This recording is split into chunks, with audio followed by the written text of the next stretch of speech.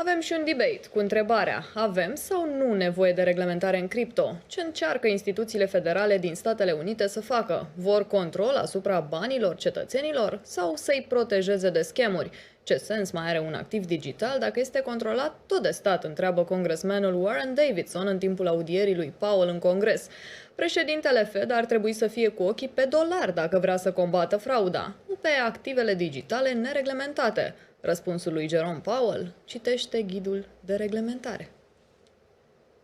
So that some third party can actually control the assets, which is a polite way of saying we don't actually trust our citizens to control their money or their assets. We'll let somebody else do it for them because we can control those third parties. And in fact, that's what the regulators do, isn't it? Isn't what?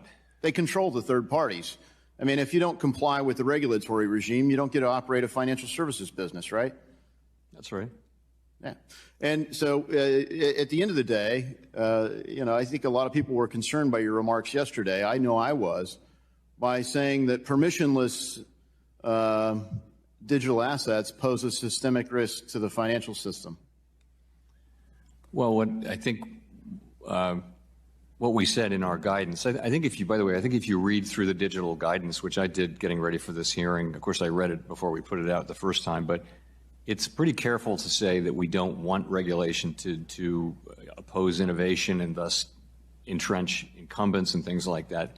It's pretty balanced, the language, and I think it essentially goes to the question of protecting the safety and soundness of institutions. And there is one, I think what we say about, I'll paraphrase it, what we say about permissionless blockchains is that they have been vehicles for fraud